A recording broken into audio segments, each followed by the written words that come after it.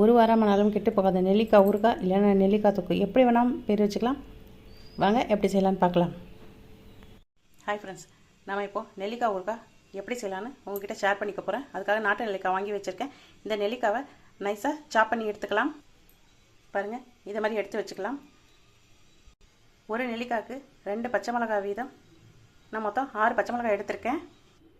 இந்த ஊறுகாய்க்கு தேவையான உப்பையும் சேர்த்துக்கலாம். இதை அப்படியே ஒரு மிக்ஸி ஜாரில் மாற்றிப்போம்.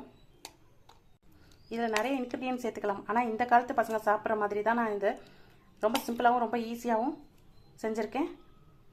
இந்த காலத்து குழந்தைங்களில் ஒரு சில குழந்தைங்களுக்கு ஹியூமினிட்டி கம்மியாக இருக்குதுன்னு சொல்கிறாங்க. நம்ம ஹெல்த்தியான ஃபுட்டு தேடி தேடி செஞ்சிட்ருக்கோம். அதில் ஒன்று தான் இது. இந்த ஊறுகாய் வந்து ரைஸ் ஆகிறதுக்கு குட் காம்பினேஷனாக இருக்கும். பாருங்கள், இந்த அளவு நைஸாக அரைச்சாச்சு. அவ்வளோதான் ஃப்ரெண்ட்ஸ், ஊறுகாய் ரெடி. இது ஒரு கண்ணாடி பாட்டிலையோ ஊறுகாய் ஜாடிலையோ ஸ்டோர் பண்ணி ஃப்ரிட்ஜில் வச்சுருங்க. ஒரு வாரம் ஆனாலும் வேஸ்ட்டாக போகாது.